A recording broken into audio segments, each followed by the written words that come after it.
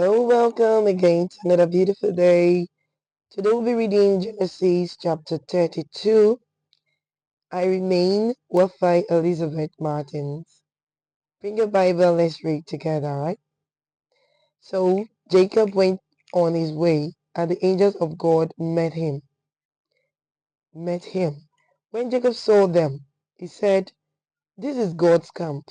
And he called the name of that place Mahanaim. Then Jacob sent messengers before him to Esau his brother in the land of Seir, the country of Edom. And he commanded them, saying, "Speak thus to my lord Esau, thus your servant Jacob says, I have dwelt with Laban and stayed there until now. I have oxen, donkeys, flocks, and male and female servants, and I have sent to tell my lord that I may find favor in your sight." Then the messengers returned to Jacob, saying, "We came to your brother Esau, and he also is coming to meet you, and 400 men with him." So Jacob was greatly afraid and distressed, and he divided the people that were with him, and the flocks and herds and camels into two companies. And he said, "If Esau comes to the one company and attacks it, then the other company which is left with will escape." Then Jacob said, "O God, O God of my father Abraham, and the God of my father Isaac, the Lord who said to me, 'Return to your country and to your family, and I will deal well with you.' I am not worthy of the least of all the mercies and of all the truth which you have shown your servant. For I crossed over this Jordan with my staff, and now I have I have become two companies. Deliver me, I pray, from the hand of my brother, from the hand of Esau, for I fear him, lest he come and attack me and the mother with the children. For you said, I will surely treat you well, and make your descendants as the sand of the sea, which cannot be numbered for multitude." So he lodged there that same night, and took what came to his hand as a present for Esau his brother, 200 female goats and 2 male goats, 200 ewes and 20 rams, 30 milk camels with their coats, 40 cows and 10 bulls, 20 female donkeys and 10 fowls. Then he delivered them to the hand of his servants, every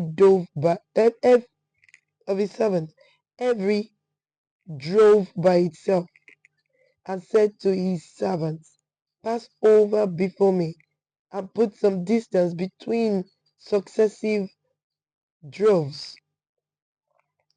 And he commanded the first one, saying, "When Esau my brother meets you and asks you, saying, 'To whom do you belong, and where are you going? Whose are these in front of you?' Then you shall say, 'They are your servant Jacob's. It is a present sent to my lord Esau, and behold, he also is behind us.'" So he commanded the second, the third, and all who follow the droves, saying, "In this manner you shall speak to Esau when you find him. And also say, 'Behold, your servant Jacob is behind us.' For he said, I will appease him with a present that goes before me, and afterward I will see his face. Perhaps he will accept me." So the present went on over before him, but he himself lodged that night in the camp. And he arose that night and took his two wives, his, his two female servants, and his 11 sons, and crossed over the ford of Jabbok. He took them, sent them over the brook, and sent over what he had. Then Jacob was left alone, and a man wrestled with him until the breaking of day. Now, when he saw that he did not prevail against him, he touched the socket of his hip, and the socket of Jacob's hip was out of joint as he wrestled with him. And he said, "Let me go, for the day breaks." But he said, "I will not let you go unless you bless me." So he said to him, "What is your name?" He said, "Jacob." And he said, "Your name shall no longer be called Jacob, but Israel, for you have struggled with God and with men, and have prevailed." Then Jacob asked, saying, "Tell me your name, I pray." And he said, "Why is it that you ask about my name?" And he blessed him there. So Jacob called the name of the place Peniel, for I have seen God face to face, and my life is preserved. Just as he crossed over Penuel, the sun rose on him, and he limped on his hip. Therefore to this day the children of Israel do not eat the morsel that shrank, which is on the hip socket, because it touched the socket of Jacob's hip in the morsel that shrunk. Thank you very much for joining me this morning. We'll meet again for our next chapter.